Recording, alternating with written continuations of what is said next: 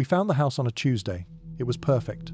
3 bedrooms, hardwood floors, a backyard with actual trees. The rent was surprisingly reasonable for the neighborhood, which should have been my first question. But my wife Sarah was already planning where the couch would go, and I was already imagining weekend barbecues. So we signed the lease that Friday. The landlord, Mr. Peterson, seemed eager to get us moved in. He handed over the file, keys with a tight smile, and mentioned almost as an afterthought that the previous tenant had left in a hurry. When I asked why, he just shrugged and said something about a job transfer. The way he said it felt rehearsed. We moved in on a Saturday in late September. The house was cleaner than I expected, almost surgically clean. But there was this smell I couldn't place. Something chemical, like industrial cleaner mixed with something else. Sarah noticed it too, but figured it would air out. The first strange thing happened that night. I was unpacking boxes in the bedroom when I found a small hole in the wall behind where the headboard would go. It was about the size of a quarter, perfectly circular. And when I shined my phone's flashlight into it, I could see, straight through to the closet on the other side. Sarah said it was probably just damage from a nail or hook, but it bothered me. Why would someone put a hole there? What were they looking at? I patched it the next morning. The mail started arriving on Monday. Most of it was junk, but 3 envelopes were addressed to someone named Michael Reeves, the previous tenant, I assumed.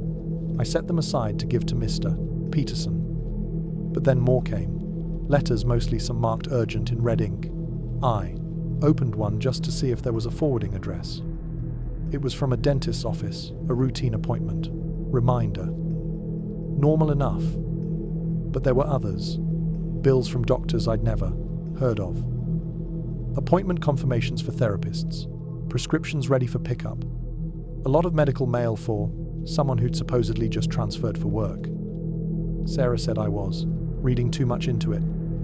People have health issues. It doesn't mean anything. But then we found the cameras.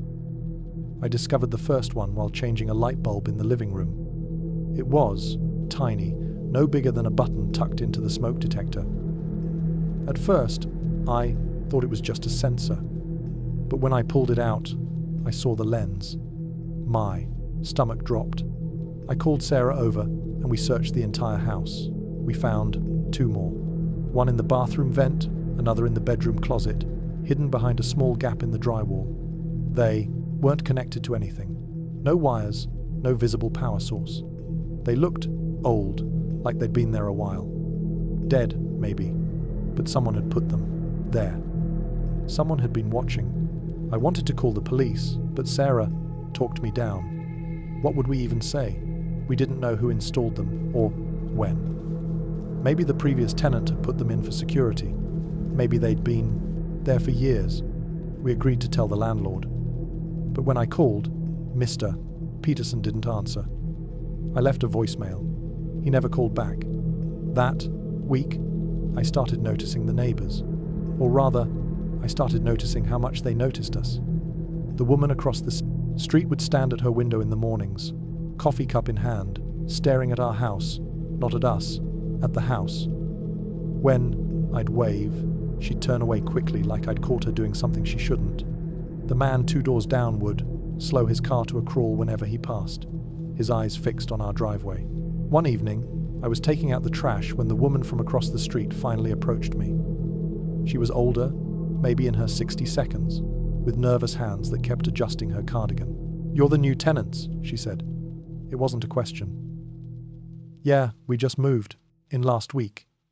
She nodded slowly, her eyes drifting to the house behind me. "The last one, Michael. He was a quiet man, very quiet. Did you know him well?" "No, no one did. He kept to himself." But she hesitated, her fingers twisting the fabric of her cardigan. "We'd see him, sometimes late at night, just standing in the yard, staring at the house like he was watching for something." "Watching for what?" She looked at me then. Really, looked at me, and I saw something in her eyes I didn't like. Pity maybe, or fear, I don't know. But he left in the middle of the night, didn't tell anyone, just gone. His car was still here for a week before someone towed it. She walked away before I could ask anything else. That night, I couldn't sleep. I kept thinking about the cameras, the hole in the wall, the way Michael Reeves had left so suddenly. I got up around 2 a.m. and went to the kitchen for water. That's when I saw the back door was unlocked. I knew I'd locked it. I always locked it. But there it was, the deadbolt turned, the door slightly ajar. I checked every room, every closet, every corner. Nothing was missing. Nothing was out of place, but I felt it. That certainty that someone had been inside. The next morning, I found a note slipped under the front door. It was handwritten, the letters cramped and shaky. You should leave before you see what he saw. No signature, no explanation. Sarah wanted to break the lease. I wanted to stay to prove there was a rational explanation. We compromised. We'd stay another week, and if anything else happened, we'd go. Nothing else happened. But every night, I'd wake up at exactly 2 a.m., my heart pounding, convinced I'd heard something. Footsteps, maybe, or a door closing. And every morning, I'd find something small out of place. A chair pulled slightly away from the table. A cabinet left open. Bathroom light on when I knew I'd turned it off. We're still here. It's been 3 weeks now. The mail for Michael Reeves has stopped coming. The neighbors don't stare anymore. Everything feels normal. But last night, I found another hole in the wall. This one in the kitchen behind the refrigerator. And it wasn't there yesterday. I know it wasn't. The house had been empty for 8 months before we bought it. The realtor said the previous owners had relocated for work, left everything clean and move-in ready. It was a steal for the neighborhood, a 1,960 seconds ranch with original hardwood floors and a finished basement. My girlfriend Emma loved the kitchen. I loved the price. We closed in early October. The basement door was in, the hallway just past the bathroom. Solid oak with a sliding bolt lock on the outside. That struck me as odd during the walkthrough. Why would you lock a basement from the outside? The realtor said some people did that if they had kids to keep them from going down the stairs. It made sense, I guess. We didn't have kids, so I didn't think much of it. We moved in on a Thursday. The house felt bigger once our furniture was in, emptier somehow. Emma set up the bedroom while I started unpacking boxes in the living room around 8 that evening. I went to grab tools from the basement. I'd been down there during the inspection. Just a normal finished basement with concrete floors, some built-in shelving, a small bathroom in the corner. Nothing unusual. But when I opened the door that night, I smelled something different. Not bad, exactly, just stale. Like a room that had been closed up too long. I flipped the light switch. Nothing happened. The bulb must have burned out. I used my phone, flashlight, and headed down. The stairs creaked, under my weight, which they hadn't done before. Or maybe I just hadn't noticed. At the bottom, I swept the light around. Everything looked normal. Boxes stacked against one wall. The small bathroom door closed, the shelving unit empty. But something felt off. The air was too still, too quiet, like the room was, holding its breath. I found the tools and left. As I reached the top of the stairs, I glanced back. For just a second, I thought I saw movement near the bathroom door. Just a shadow shifting in the darkness. I stood there, phone light pointed down, waiting. Nothing moved. I closed the basement door and slid the bolt. Emma asked me about it later that night. Why you lock? I didn't have a good answer. It just felt right. The next few days were normal. We unpacked, arranged furniture, got to know the neighborhood. The couple next door seemed friendly enough, though they never came over to introduce themselves. I'd wave when I saw them in their yard, and they'd wave back, but there was something distant in their expressions, like they were being polite out of obligation. On Tuesday, I replaced the basement light bulb. I had to go down in the dark again with my phone, and that's when I noticed the bathroom door was open. I was sure I'd seen it closed before. Maybe Emma had gone down there, though she said she hadn't. I checked inside. Just a toilet and a small sink. Nothing unusual. but there was a smell coming from the drain, something sour and organic. I made a mental note to pour some bleach down there.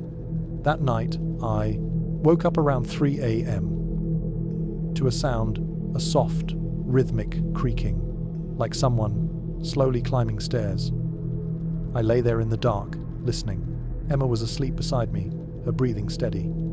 The sound continued for maybe 30 seconds, then stopped. I got up and checked the hallway. The basement door was still bolted. Every other door in the house was closed. No windows open, nothing out of place. I convinced myself it was just the house settling. Old wood, contracting in the cool night air, but I had trouble falling back asleep. The creaking happened again the next night and the night after that. Always. Around 3 a.m. Always the same slow rhythm. Emma slept through it every time. I started keeping a flashlight on my nightstand, though I'm not sure what I thought I'd do with it. On Friday, I met the neighbor while taking out the trash. He was an older guy, maybe late, 50 seconds, with tired eyes and a voice that sounded like he didn't use it much. "How? Are you settling in?" he asked. "Good. Still unpacking. It's a great house." He nodded but didn't smile. "The family before you, did they tell you anything about the house? Just that they relocated? Why?" He looked at me for a long moment like he was deciding something. "They had a daughter, teenage girl. She didn't want to move." He paused. "She spent a lot of time in the basement. Had it set up like a bedroom down there, even though there were 3 bedrooms. Upstairs. Teenage privacy, I guess. Maybe." He started to walk away, then turned back. "They left pretty quick. Didn't even have a moving truck. Just packed what fit in their car and left. One morning, the realtor handled the rest. That weekend, Emma went to visit her parents. I had the house to myself. Saturday night, I decided to do some organizing in the basement. I'd been avoiding it, though I couldn't say why. I grabbed a beer, unlocked the door, and headed down. The new light bulb worked fine. The basement looked exactly as it had before. Concrete floor, shelving, that bathroom in the corner. I started moving boxes around, making space. That's when I noticed the marks on the floor near the bathroom, scratches in the concrete, like something had been dragged. They were faint, but deliberate, long, parallel lines leading from the center of the room to the bathroom door. I opened the bathroom and looked inside. The smell from the drain was worse. I knelt down to check under the sink, and that's when I saw it. Scratches on the inside of the door. Deep ones, like someone had clawed at the wood, and words carved roughly into the paint. "Help me." My hands went cold. I stood up fast, backing out of the bathroom. The scratches were old, the wood beneath them dark with age. But someone had written that someone had been down here, locked in, desperate enough to carve into a door. I went back upstairs and bolted the basement door. I tried calling the realtor, but it went to voicemail. I left a message asking about the previous owners, about the daughter. She never called back. Emma came home. Sunday evening. I didn't tell her what I'd found. I don't know why. Maybe I didn't want to scare her. Maybe I was afraid she'd want to leave and we just bought this place. Maybe I just wanted to believe there was a reasonable explanation. But the creaking continued every night. And now when I listen closely, it doesn't sound like stairs settling. It sounds like footsteps. Slow, deliberate footsteps climbing up from the basement. The door is still bolted. I check it every night before bed. It's always locked. But 2 nights ago, I came home from work and found it open. Just a few inches. Not enough to see down the stairs, but enough to know. The bolt was still slid across. Impossible. Unless someone had opened it from the other side. Emma didn't open. She was at work all day. I haven't gone back down there. Neither has she. We don't talk about it, but I know she hears the creaking too. Now, I see her lying awake at 3 a.m., staring at the ceiling. Last night, I heard something new. Not footsteps. A voice. Faint. Like it was coming from very far away. Coming from below. It was calling my name. The house was at foreclosure.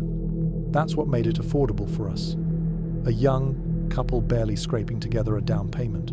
The bank had owned it for almost a year, and they were motivated to sell. My husband, Derek, said it was an opportunity. I said it felt like something was wrong with it, but I couldn't explain why. We bought it anyway. It was a 2-story colonial in a quiet suburb built in the 82nds. Beige siding, small front yard, a driveway that cracked down the middle. The inside was dated but clean. Carpeted floors, popcorn ceilings, wallpaper in the bathroom that might have been original. The previous owners had cleared out everything except some basic furniture. A couch in the living room, a bed frame upstairs, a kitchen table with 2 chairs. The realtor said the family had fallen on hard times, couldn't keep up with payments. She didn't offer details, and we didn't ask. The house had good bones. She kept saying good bones. We moved in on a Saturday in November. It was colder than it should have been, and the heat took forever to kick in. While Derek unpacked the truck, I explored upstairs. 3 bedrooms, all empty, except for that bed frame in the master. The hallway had a pull-down, ladder leading to the attic. I tugged the cord, and the ladder unfolded with a rusty groan. I climbed up with my phone flashlight.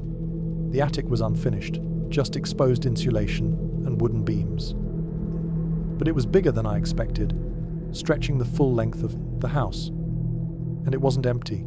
There were things up there, a stack of cardboard boxes in the corner, an old rocking chair, some plastic storage bins with no lids.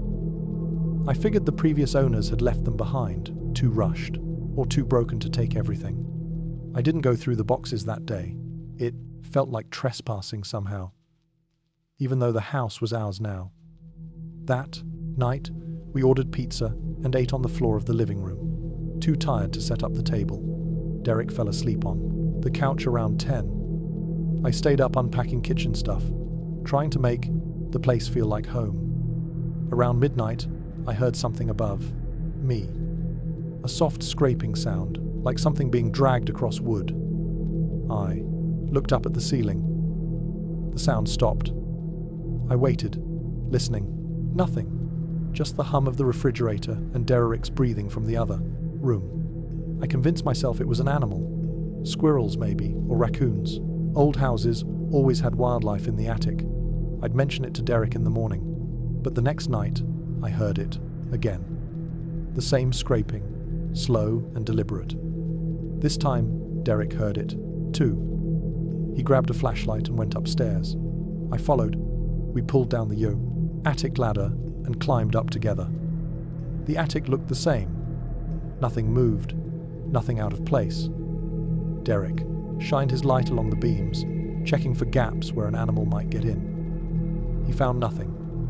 No droppings, no nests, no holes in the roof, just dust and insulation and those forgotten boxes in the corner. Maybe it's the house settling, he said. Temperature changes, wood expands and contracts. I wanted to believe him. The scraping continued every night after that. Always around midnight, always lasting just a few minutes. We started sleeping through it or pretending to, but I'd lie awake, in the dark, staring at the ceiling, wondering what was up there. On Thursday, I decided to go through the boxes. I don't know what I was expecting to find. Old clothes, holiday, decorations, forgotten junk. I pulled down the ladder and climbed up in the afternoon when Derek was at work. The first box contained books.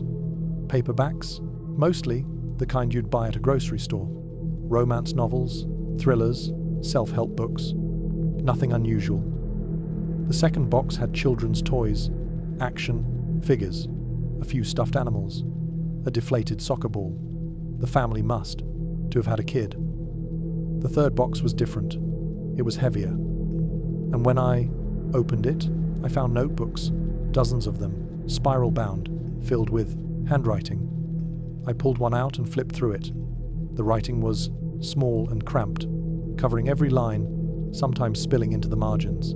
It looked like a journal. I read a few entries. They were dated from about 3 years ago. The writer, a woman I assumed from the handwriting, talked about ordinary things at first. Grocery lists, appointment reminders, thoughts about her day. But as I flipped further, the tone changed. She started writing about sounds in the house, footsteps when no one was there, doors opening on their own, a feeling of being watched. One entry dated 8 months before the foreclosure said, "I know someone is coming into the house when we're asleep. Things are moved. I find footprints in the carpet that aren't ours." He says, "I'm imagining it, but I'm not." I felt my stomach tighten. I put the notebook back and opened another one. This one was worse.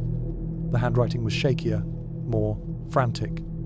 She wrote about installing locks on the bedroom doors, about staying awake at night with a knife under her pillow, about finding scratches on the attic floor that hadn't been there before. The last entry I read said, "I think someone is living in the attic. I hear them at night. They wait until we're asleep. I don't know how they're getting in." I closed the notebook and looked around the attic. The rocking chair sat in the corner, facing the ladder. There was a pillow behind it, dirty and flattened with use, and next to it, a stack of empty food wrappers, granola bars, crackers, beef, jerky, recent brands, nothing that looked years old. My hands started shaking. I climbed down the ladder so fast I nearly slipped. I called Derek, told him to come home. He thought I was overreacting, but he left work early. Anyway, when he got home, we went up together. He saw the notebooks, the wrappers, the pillow. He checked every corner of the attic, every shadow. He found nothing, no one hiding, no way in, except the ladder. Maybe the previous owners left this stuff. He said the wrappers could be old, the notebooks too. But I'd seen the dates. I'd seen the fear in that woman's handwriting. We changed the locks that weekend, all of them.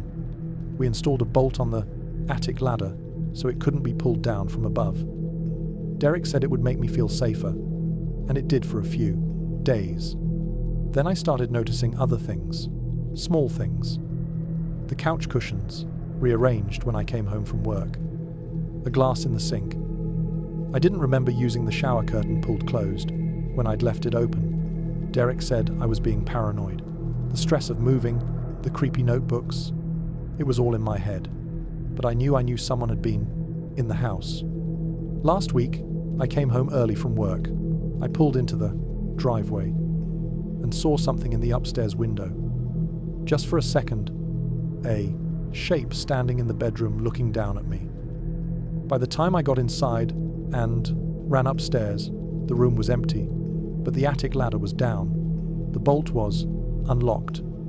I pushed it back up and bolted it again, my heart pounding so hard I thought I'd pass out. I called Derek, but he didn't answer. I sat in the living room with a kitchen knife in my lap until he got home 2 hours later. He went up to check. Everything was fine, he said. Nothing disturbed. Maybe I'd left the ladder down that morning and forgotten. But I hadn't. I know I hadn't. We're still here. We can't afford to move. Not yet. The scraping stopped after that day, and I want to believe that's a good sign. I want to believe we're alone. But every night, before bed, I check the bolt on the attic ladder. And every morning, I wonder if I'll come home to find it unlocked again. Last night, Derek was working late. I was alone in the house getting ready for bed when I heard it, not scraping this time. Footsteps, soft and careful, moving across the attic floor right above my head. We got the house through a private sale. No realtor, no inspection, just a handshake deal with an older man named Mr. Garrett, who said he was moving to Arizona for his help. He seemed eager to close quickly, and we needed a place, fast. Our lease was up in 2 weeks.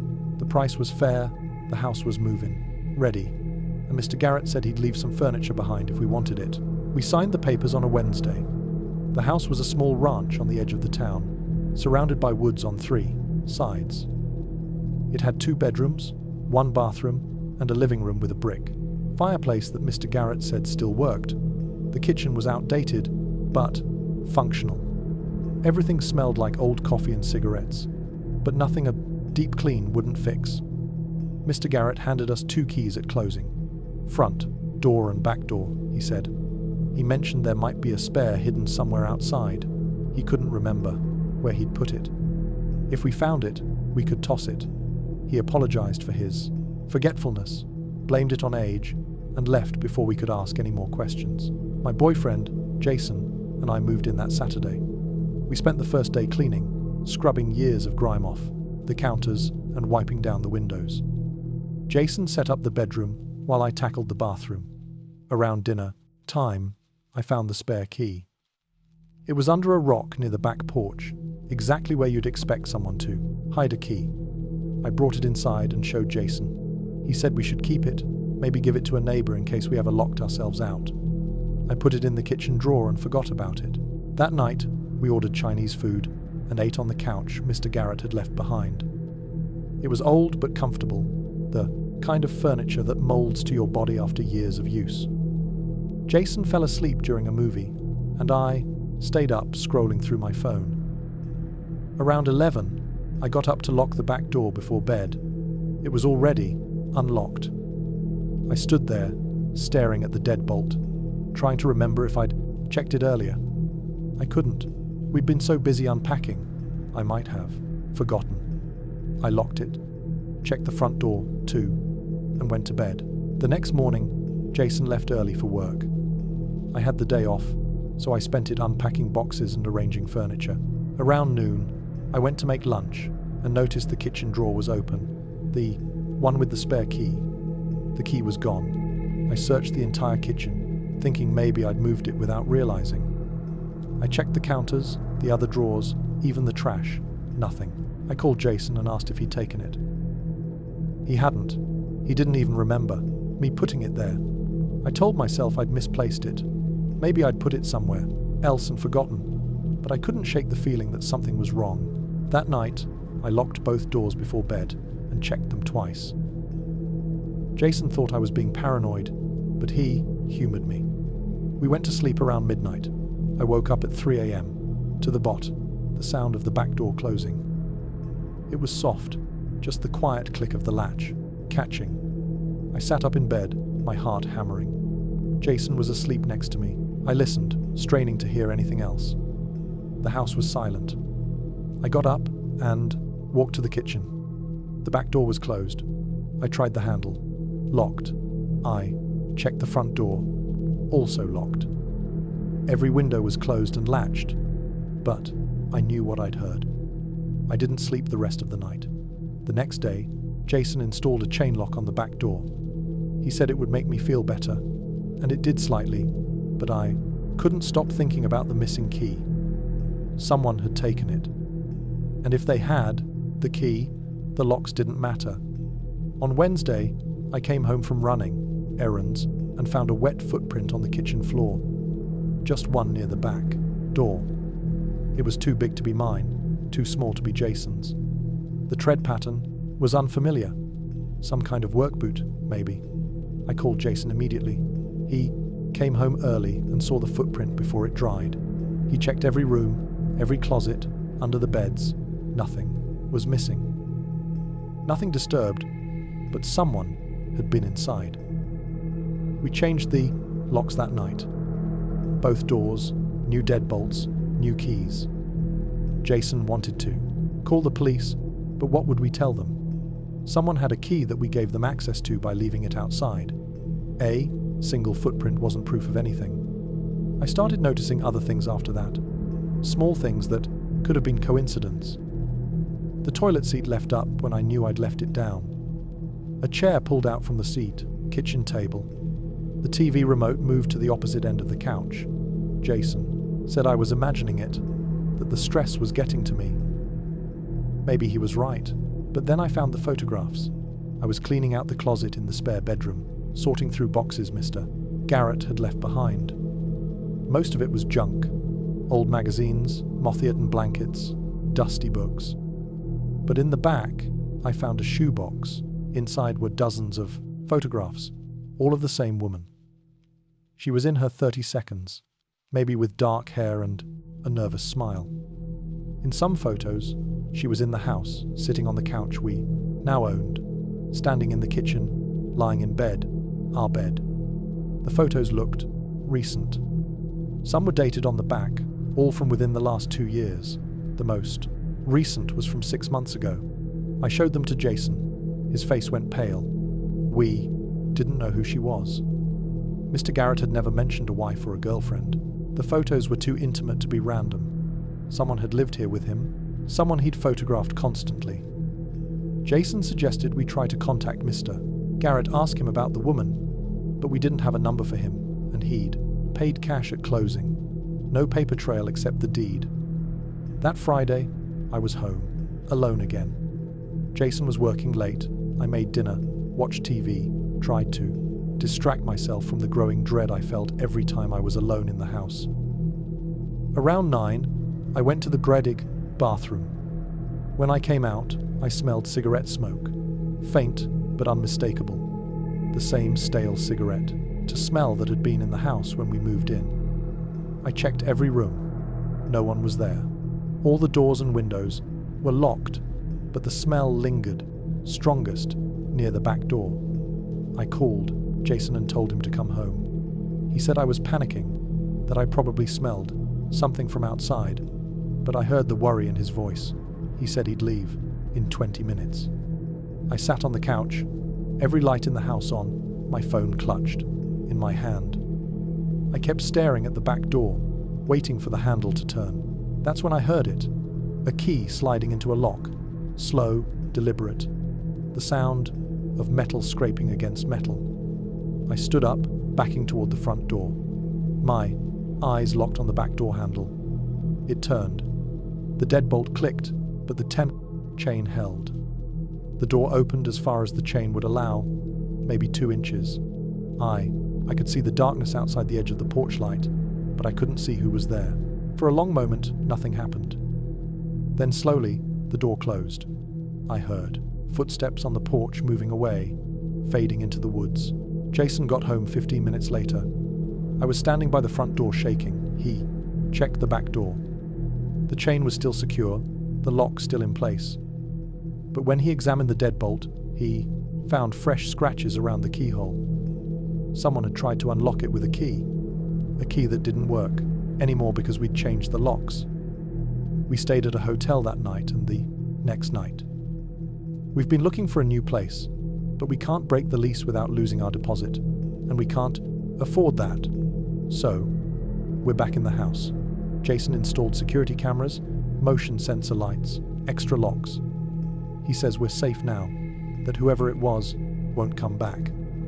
But 3 nights ago, I was reviewing the camera footage from the back porch.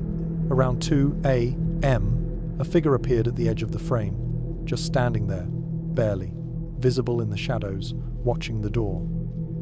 They stood there for 11 minutes, then they walked away. The footage is grainy, too dark to make out any features, but I recognized the silhouette. I've seen it before in those photographs from the closet. It's the woman with dark hair. And last night, Jason found something in the mailbox. An envelope with no postage, no return address. Inside was a single photograph. It's a picture of me asleep on our couch taken from inside the house. The subdivision was new, one of those cookie-cutter developments where every house looks almost identical. Ours was on a cul-de-sac from the end with a small yard and vinyl siding, the color of weak coffee. My wife Rachel called it starter home chic. I called it affordable. We closed in March and moved in the following weekend. The neighborhood was quiet, almost too quiet. Most of the houses were occupied, but we rarely saw anyone outside. No kids playing in yards, no one washing cars or mowing lawns, just empty driveways and drawn curtains. Rachel said people were probably at work. It was a weekday after all. The house directly across from ours had a red front door. I only mention it because it was the only house on the street with any color that wasn't beige or gray. An older couple lived there.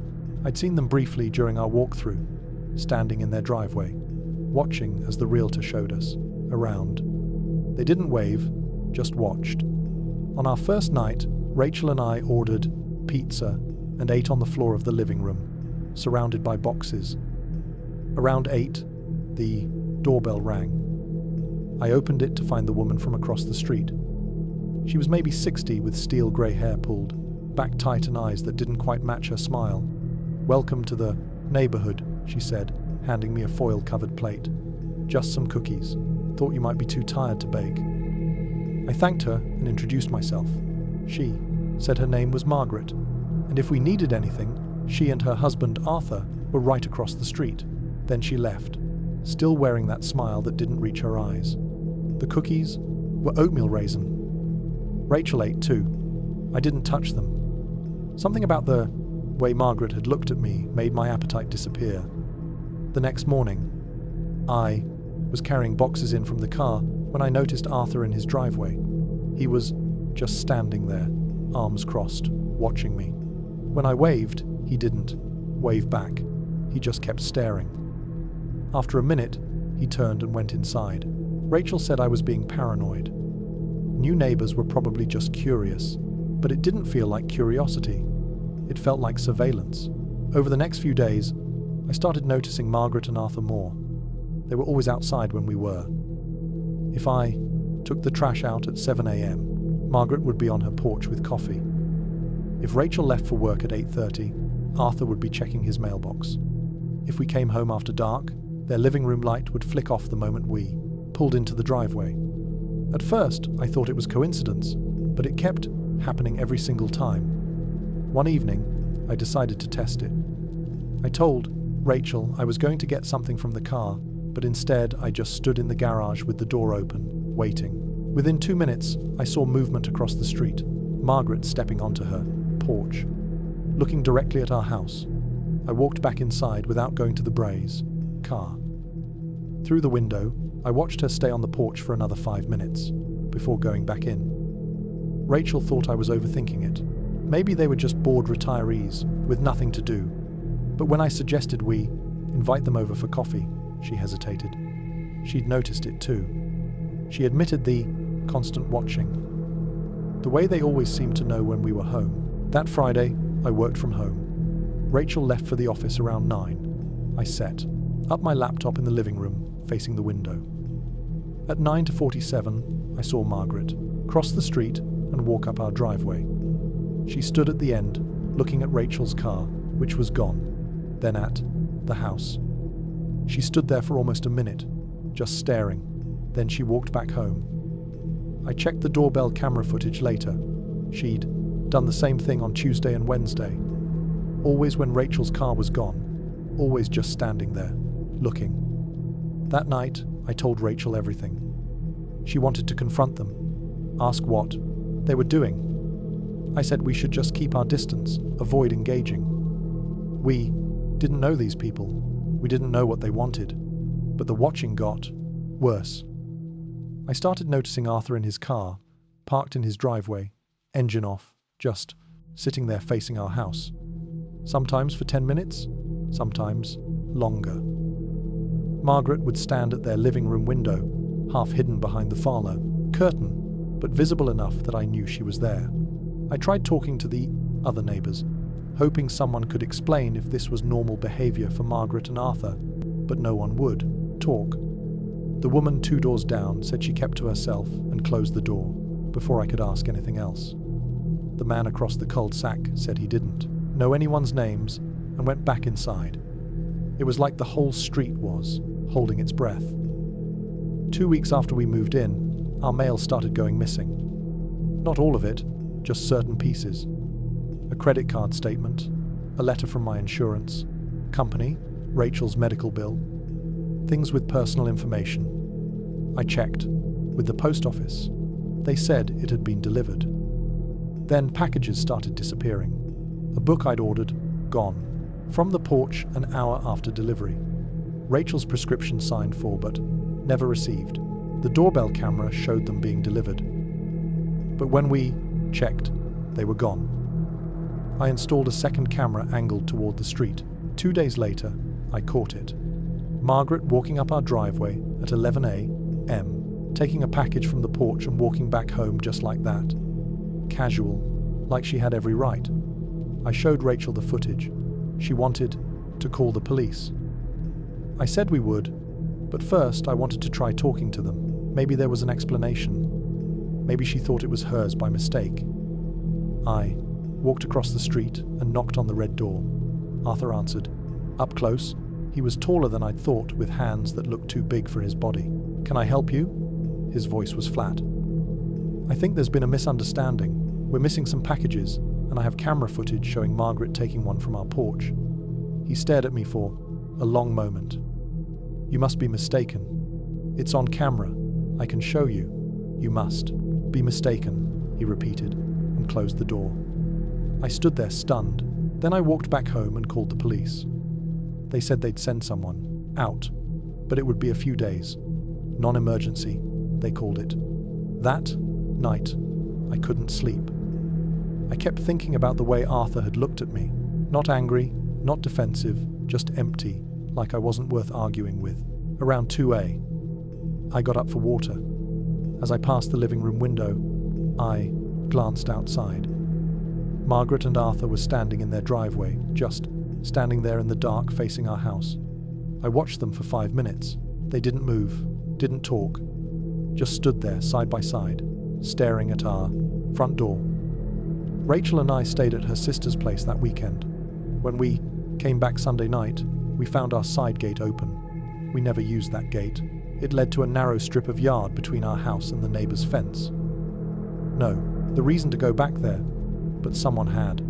There were footprints in the dirt, leading from the gate to our bedroom window. The window was still locked, but the screen had been removed and placed carefully against the fence. We called the police again. They came out, took a blows report, said they'd increased patrols in the area. They talked to Margaret and Arthur. Both denied everything. No evidence of forced entry, the officer said. Could have been kids, but I knew it wasn't kids. We've been looking for a new place.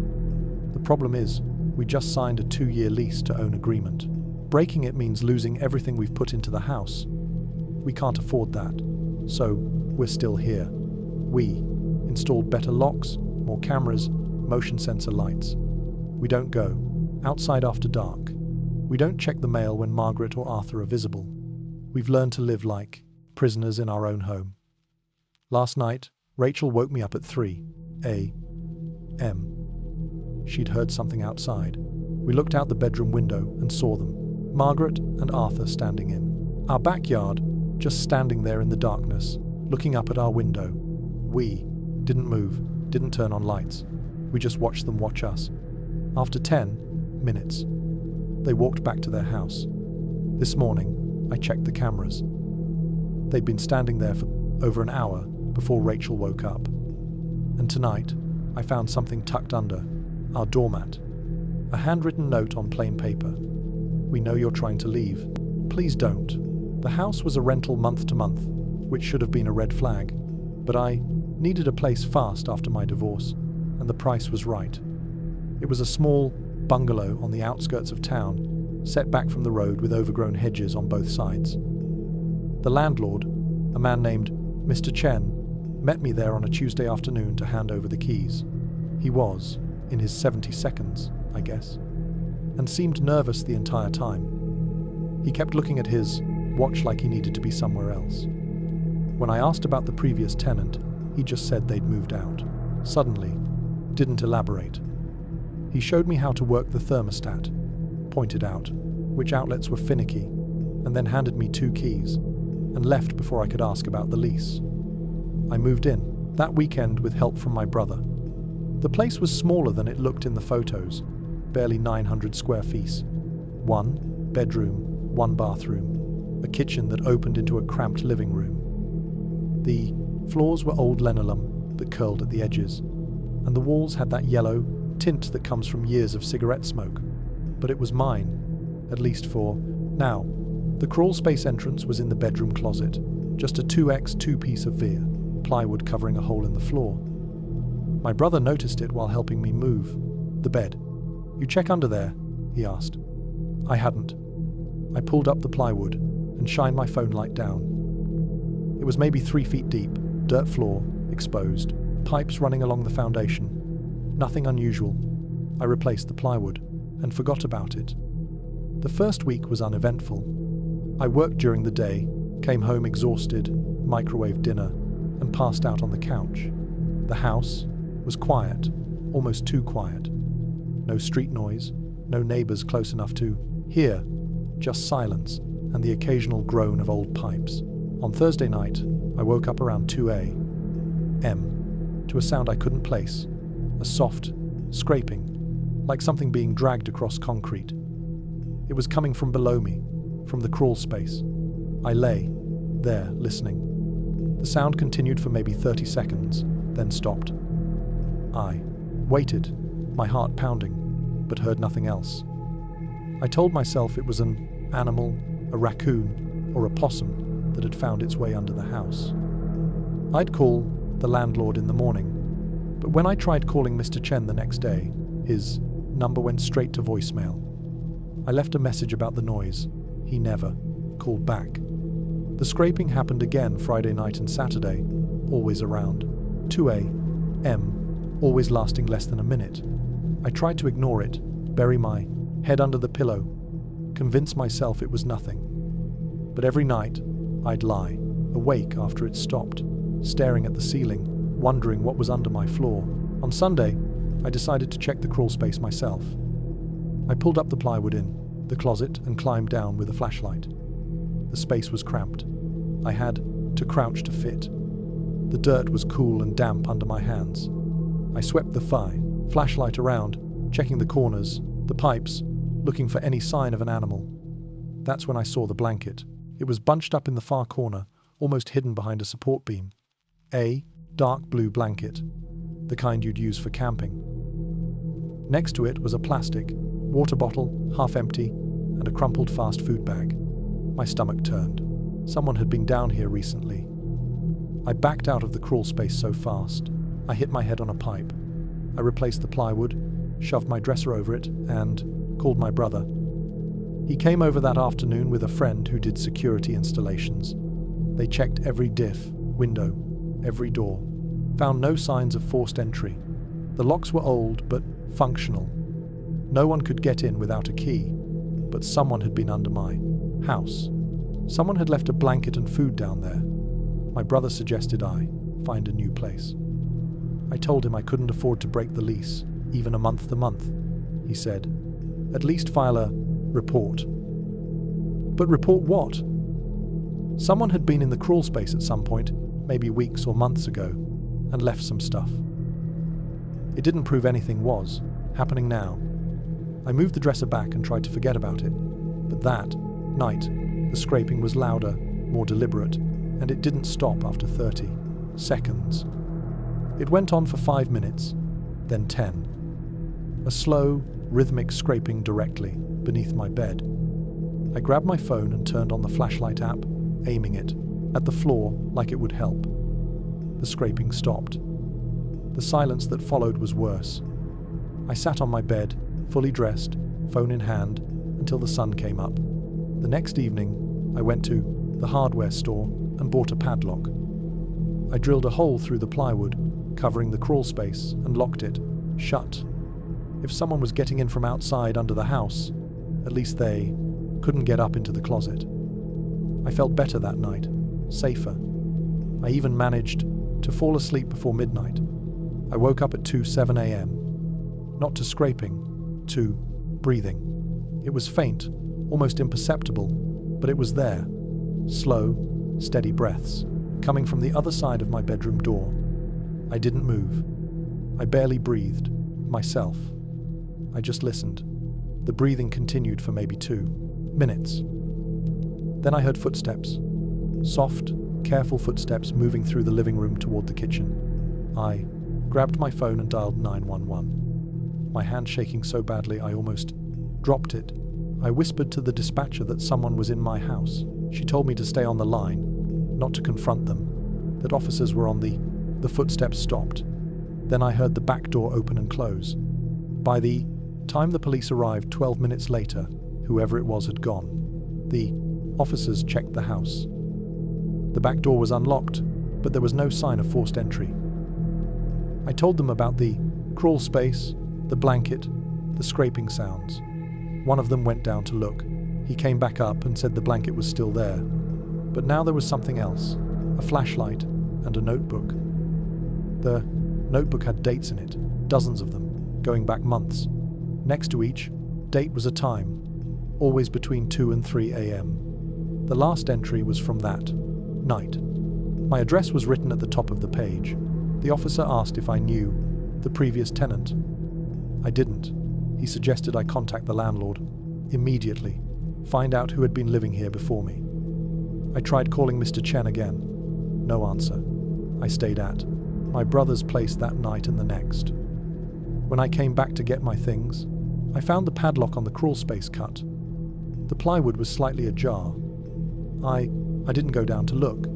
I just grabbed what I could carry and left. I'm staying with my brother now, trying to find a new place. I haven't been back to the house in 3 days, but yesterday I got a text from an unknown number. No words, just a photo. It was taken from inside the crawl space, looking up through the hole in the closet floor. The plywood was removed. The photo was recent. I could see my suitcase in the corner of the closet, the one I'd left behind when I grabbed my things. Beneath the photo was a single line of text. You forgot something. I blocked the number. But this morning, I got another text from a different number. Another photo. This time taken from outside my brother's apartment building. The angle suggested it was taken from the parking lot, pointed at his second-floor window. The message said, "I know where you are now." The house had been my grandmother's before she passed. I inherited it, along with some debt and a lot of memories I wasn't sure I wanted. It was a split level from the 72nds in a neighborhood that had seen better days. The kind of place where half the houses had bars on the windows and the other half probably should. My girlfriend Liz and I moved in during August. We couldn't afford much else, and free was free. The house needed work. Peeling wallpaper, carpet that smelled like decades of must, a kitchen that hadn't been updated since it was built. But the bones were solid. My grandmother used to say, good bones. The lower level was partially underground, with small windows near the ceiling that looked out into window wells. Those concrete pits surrounded by corrugated metal. There were 3 of them, one for each room on the lower level, a bedroom, a bathroom, and what my grandmother had used as a sewing room. The window wells were filled with leaves and debris. One of the first things on my to-do list was to clean them out. I got to the bedroom well first. On our 3rd day there, I cleared out the leaves with a rake, scooped out the standing water with a bucket. At the bottom, under everything, I found a shoe, a woman's sneaker, size 7 or 8, dirt-caked and faded, but not ancient, maybe a few months old. I figured it had blown in during a storm, tossed it in the trash, and moved on. That night, Liz mentioned she'd heard something while I was at work. A tapping sound, she said, coming from the lower level. She'd gone down to check, but found nothing. I told her it was probably the pipes. Old houses made noise. She nodded, but I could see she wasn't convinced. The tapping happened again the next night. This time, I was home. We were watching TV in the living room when we both heard it. A rhythmic tap, tap, tap, slow and deliberate, coming from downstairs. I went to investigate, Liz following close behind. We stood in the lower bedroom listening. The sound was coming from the window. I looked outside into the window well. It was dark, but the motion sensor light from the neighbor's yard gave just enough illumination. The well was empty, nothing there. The tapping stopped. Liz wanted to call someone, maybe have the house inspected for structural issues. I said we'd keep an ear out, see if it happened again. It did. Every night for the next week, always the same window, always around 10 p.m., always stopping the moment I went to look. On Saturday, I cleaned out the other 2 window wells. The bathroom well had the usual debris, leaves, dirt, a crushed soda can. But in the sewing room well, I found more shoes. 3 of them, different styles, different sizes, all women's, all relatively new. I stood there staring at them, trying to rationalize it. Maybe my grandmother had thrown them out. Maybe neighborhood kids had tossed them in as a prank. But something about it felt wrong. Why would anyone throw shoes into a window? Well, I brought them inside and showed Liz. Her face went pale. "Someone's been here," she said. "Maybe they blew in during a storm," I offered, not believing it myself. 4 shoes from different storms, and they all happened to be women's shoes. I didn't have an answer. That night, the tapping was louder, more insistent. Liz grabbed my arm as we sat on the couch. We both looked toward the stairs leading down. The tapping continued faster now, almost frantic. I went down alone this time.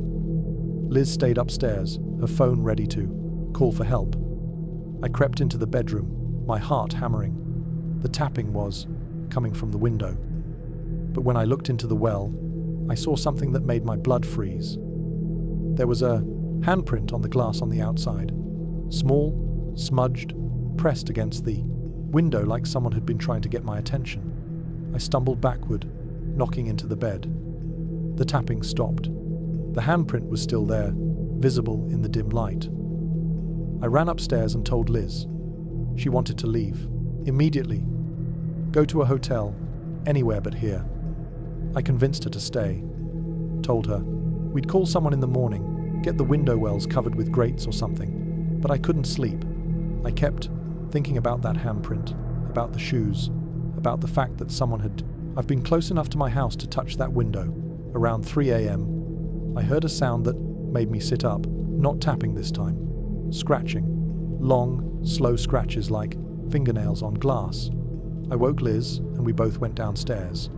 The scratching was coming from the sewing room now, the window at the far end. I turned on every light, grabbed a flashlight, and approached the window.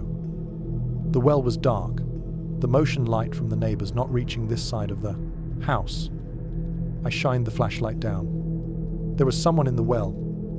A woman, crouched in the corner looking up at me.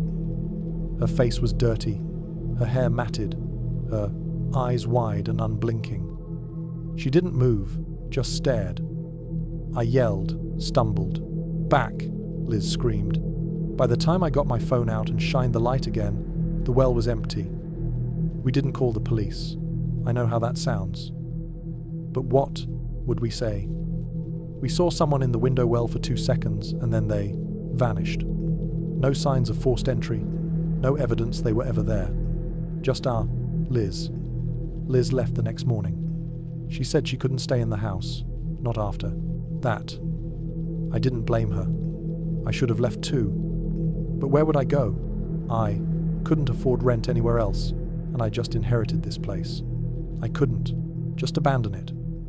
I installed locks on the basement windows, even though they were too small for anyone to climb through. I put up cameras facing the window wells. I checked them, obsessively, scrolling through hours of footage, looking for any sign of movement. For 3 days, nothing happened. No tapping, no scratching, no handprints. I started to think maybe we'd imagined it. Stress, fatigue, the power of suggestion. Maybe there'd never been anyone in the well. Then yesterday, I checked the camera footage from the sewing room. At 2:47 a.m., a figure appeared at the top of the window well, just for a moment, silhouetted against the neighbor's motion light. Then they dropped down into the well out of view. The camera doesn't have an angle to see into.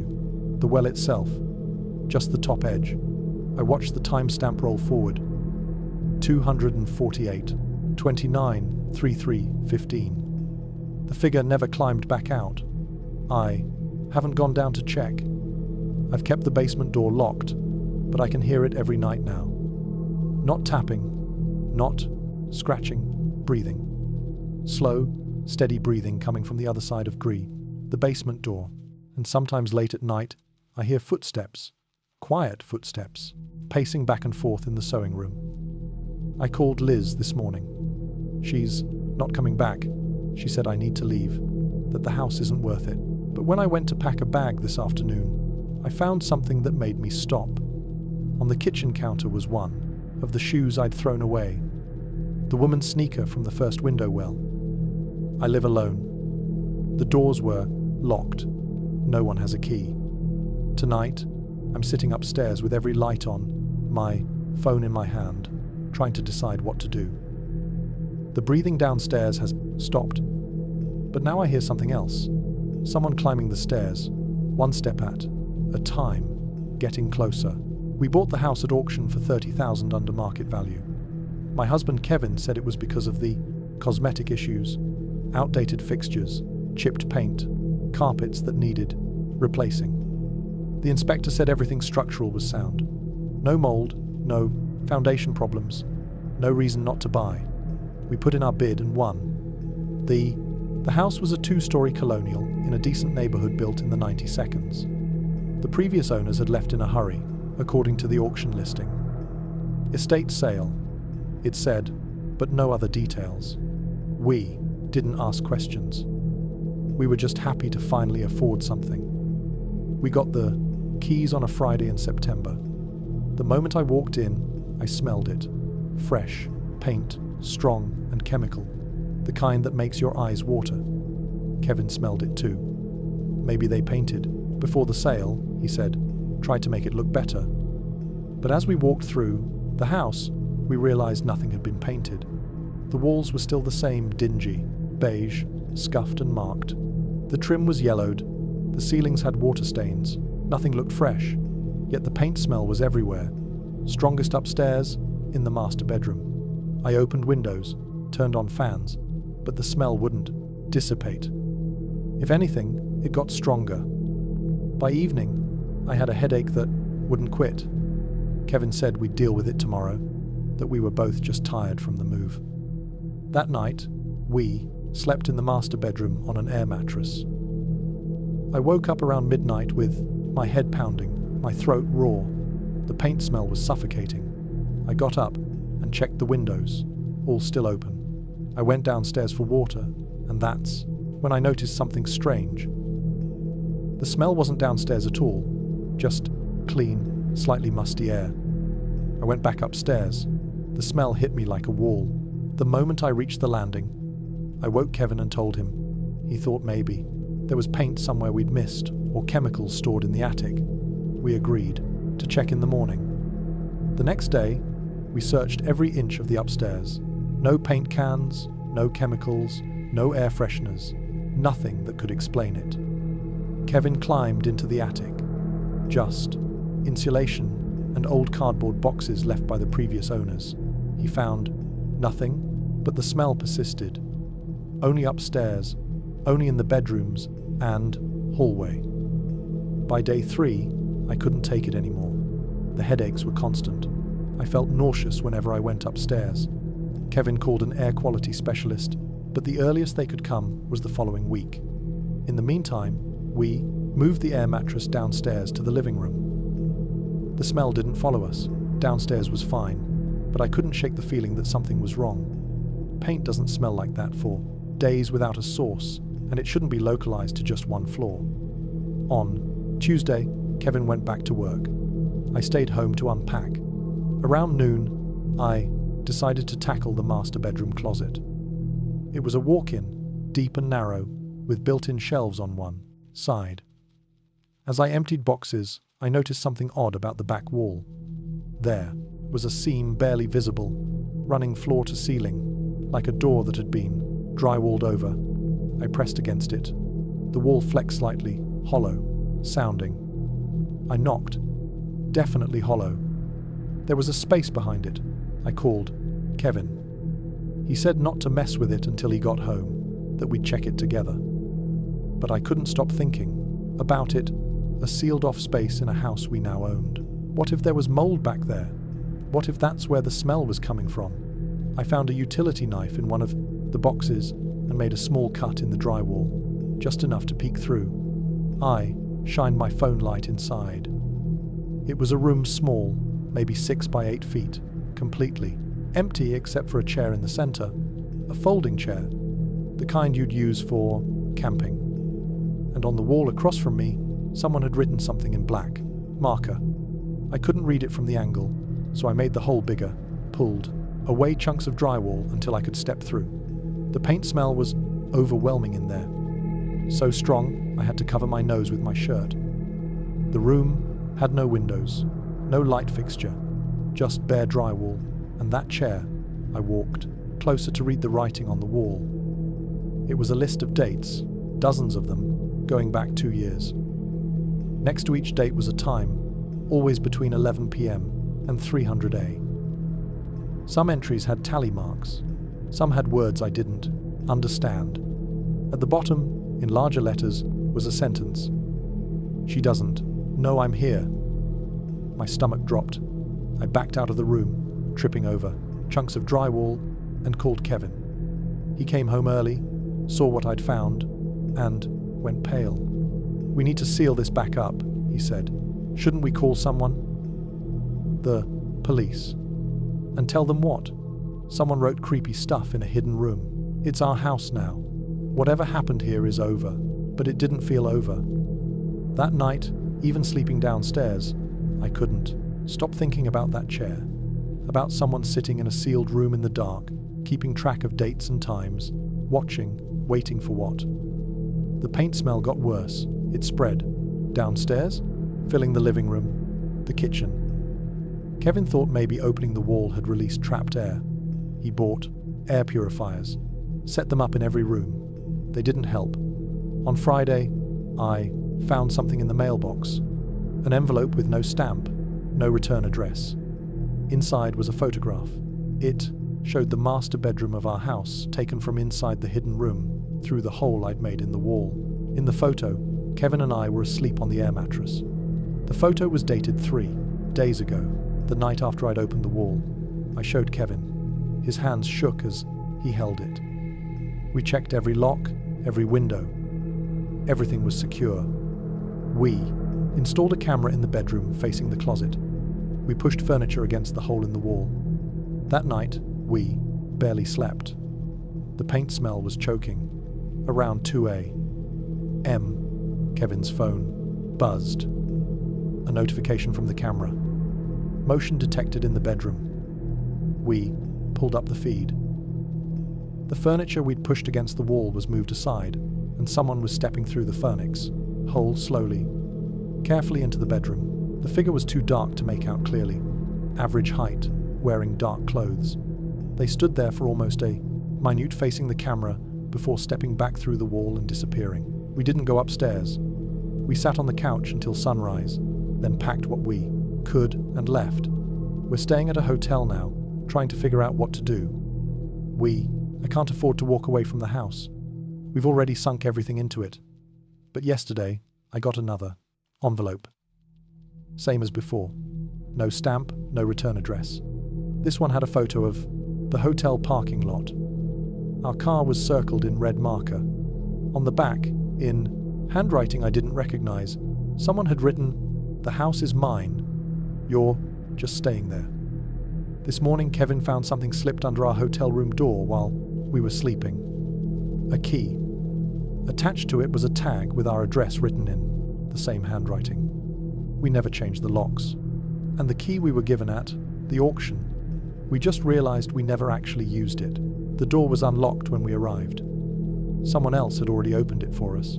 The rental house came with a shed in the backyard. It wasn't mentioned in the listing, and the landlord didn't put it up during the viewing. I only noticed it on move-in day.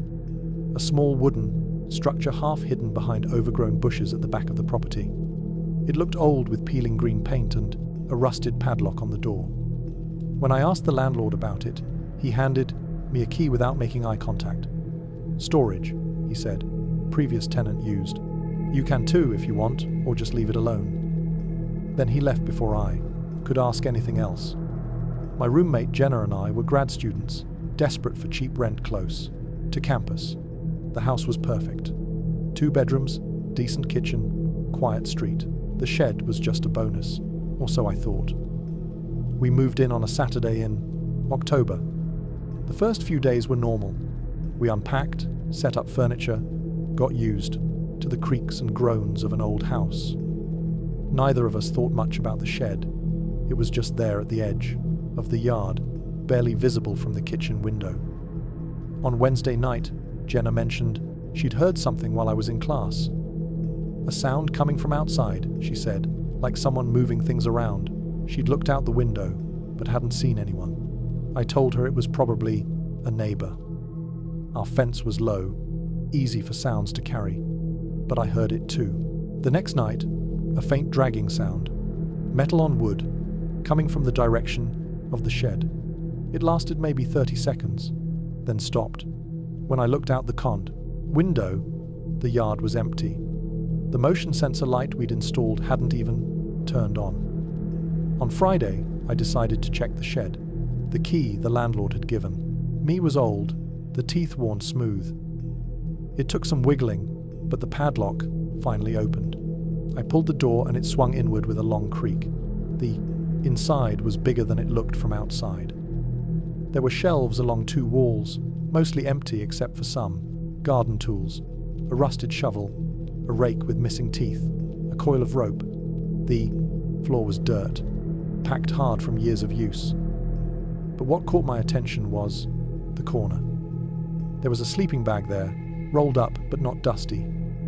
And next to it, a plastic water bottle, still half full, a granola bar wrapper, a flashlight. Someone had been in here recently. I backed out and locked the door, my hands shaking. When Jenna got home, I told her what I'd found. She wanted to call the landlord immediately. I tried his number 3 times. No answer. I left a voicemail asking about the shed, about the sleeping bag. He never called back. That night, I couldn't sleep. I kept thinking about that sleeping bag, the water bottle. Someone had been sleeping in our shed. Maybe they still were. Around midnight, I got up and looked out the kitchen window. The shed, the door was closed, the padlock in place. Everything looked normal, but I couldn't shake the feeling that something was wrong. The dragging sound came again at 1 a.m. Louder this time, more deliberate. Jenna heard it, too. We both went to the window. The motion light was on now, illuminating the backyard. The shed door was open, just slightly, maybe 6 inches, enough to see darkness inside. "Did you lock it?" Jenna whispered. I had. I was sure I had. We watched for 5 minutes. Nothing moved. The door stayed partially open, swaying slightly in the breeze. Finally, I grabbed my phone and a flashlight and told Jenna to call 911 if I wasn't back in 5 minutes. I walked across the yard. Every muscle tensed. The motion light flickered. When I reached the shed, I pulled the door wider and shined my light inside. Empty. The sleeping bag was still there, the water bottle. But nothing else had changed. I stepped inside, checking the corners behind the shelves. Nobody. I was about to leave when I noticed something on the floor. Fresh dirt scattered near the back wall, like someone had been digging. I knelt down and brushed it aside. Underneath was a wooden board, loose and slightly raised. I lifted it. There was a space beneath, maybe 2 feet deep, lined with plastic.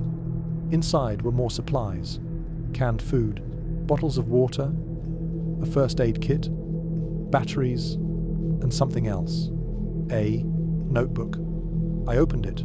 The pages were filled with handwriting, cramped, hurried. The entries were dated, going back 6 months. They read like a journal. The first few entries talked about finding the shed, about how perfect it was, hidden, safe. The later entries got darker. They mentioned the house, mentioned us. One entry, dated 2 days after we moved in, said, "New tenants, 2 girls. They haven't checked the shed yet." Another from 3 days ago. "They leave the back door unlocked sometimes. I could get in if I wanted." My blood went cold. I took the notebook and climbed out, locking the shed behind me. Jenna read it with me, her face getting paler with each page. The last entry was from that morning. It said, "They found the sleeping bag. I need to move soon, but not yet." We called the police this time. They came, checked the shed, took the side, notebook. They said it was concerning, but not enough to prove any crime had been committed. No one had broken into the house. No one had threatened us directly. They'd increased patrols in the Prosit area. They said we should change our locks, maybe install more cameras. But they couldn't do anything about someone who might be living in our shed.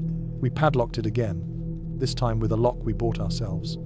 We installed a camera facing the backyard. We stopped leaving any doors unlocked, even during the day. For a week, nothing happened. No sounds, no open doors. The camera showed nothing but an empty yard. We started to relax. Maybe whoever it was had moved on. Maybe we'd scared them off. Then last night, Jenna woke me up at 2 a.m. She was standing at my bedroom door holding her phone, her face white. "Check the camera," she said. I pulled up the app. The backyard feed showed the shed, the padlock still in place, but there was something else. A figure standing just outside the frame, barely visible in the edge of the motion light. They were facing the house, facing the kitchen window. The timestamp said the figure had been standing there for 43 minutes. We watched the feed together. The figure didn't move, didn't come closer, just stood there watching. At 217, they turned and walked away, disappearing into the shadows at the edge of the property. This morning, we found something on the back porch. A key. Our key. The one the landlord had given us for the shed. We'd left it, inside in the kitchen drawer. Next to it was a note handwritten on a torn piece of paper. "You should have left it locked. We're looking for a new place, but we still have 2 months left on the lease, and we can't afford to break it. So, we're staying, sleeping in shifts, keeping every door and window locked, checking the camera constantly. But the thing is, we don't know where they are now. The shed is empty. We checked again this morning. The supplies, the notebook, the sleeping bag, all gone. And last night, while going through the camera footage, I found something we'd missed. At 3:47 a.m. There's a 3-second clip where the camera angle shifts slightly, just a degree or two, like someone adjusted it from inside the house. The house was a fixer-upper in every sense.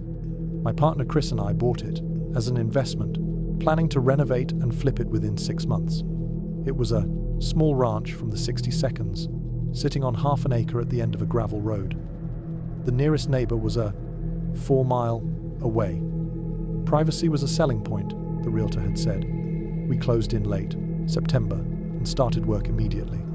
The house was structurally sound but cosmetically dated.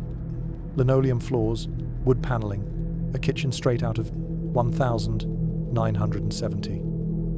The previous owner had died. Natural causes, the realtor assured us, and the estate had sold it as is. On our first day there, we found a letter on the kitchen counter. It was in a white envelope with "To the new owners," written across the front in shaky handwriting. I opened it while Chris unloaded tools from the truck. The letter was short, written in the same unsteady hand. "Welcome to your new home. I lived here for 42 years and loved every minute. I hope you will, too.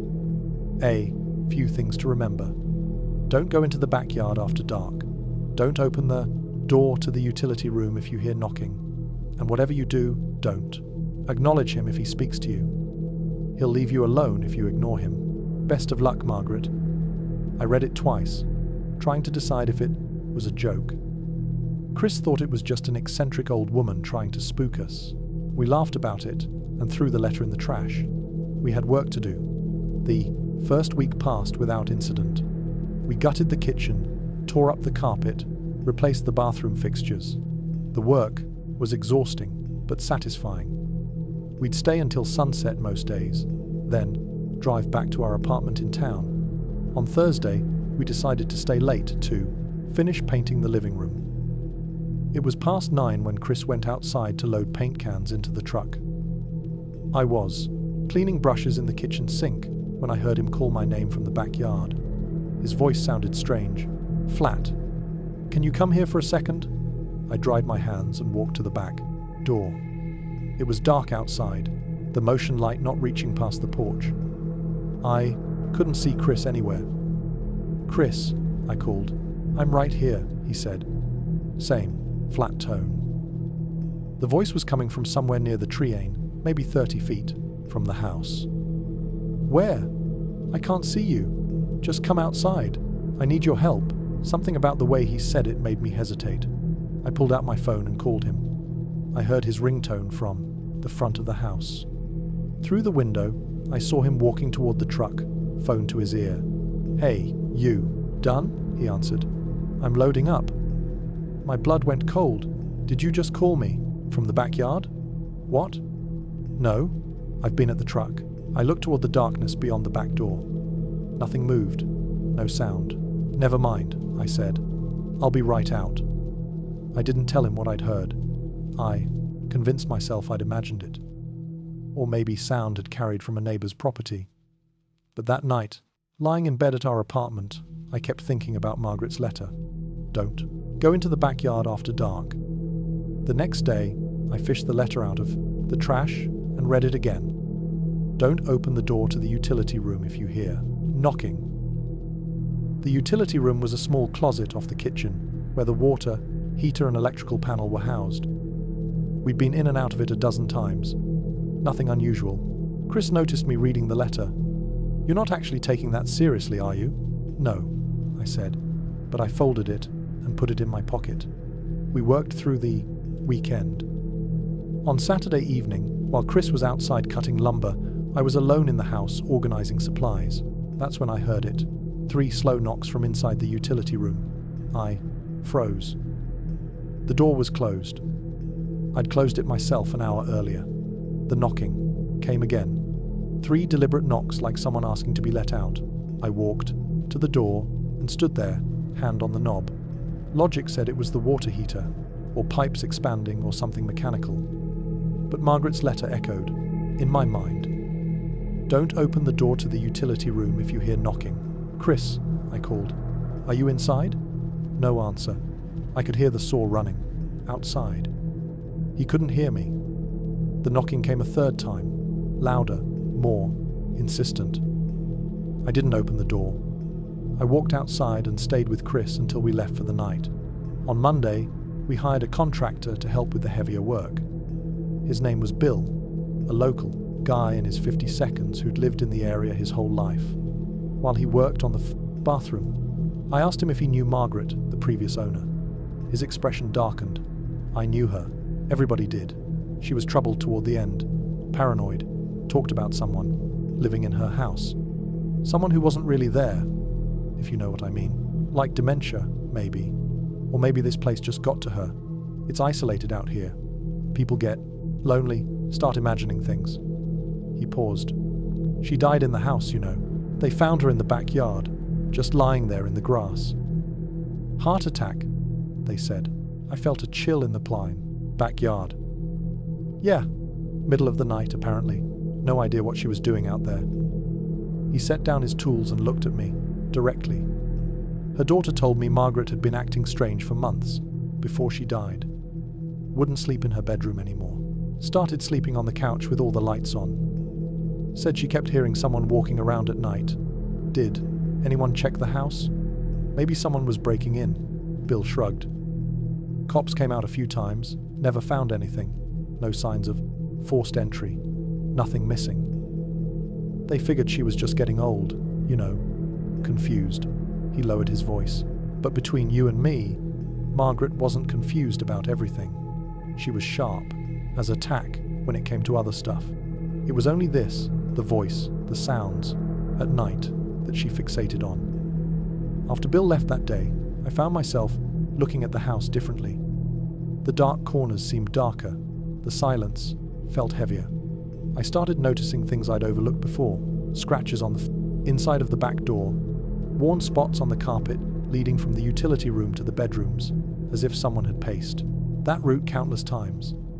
That Tuesday evening, Chris had to work, late at his day job, so I went to the house alone to take measurements for new cabinets. I told myself I'd be fine, that I'd leave before dark, but the work took longer than expected, and by the time I looked up, the sun was already setting.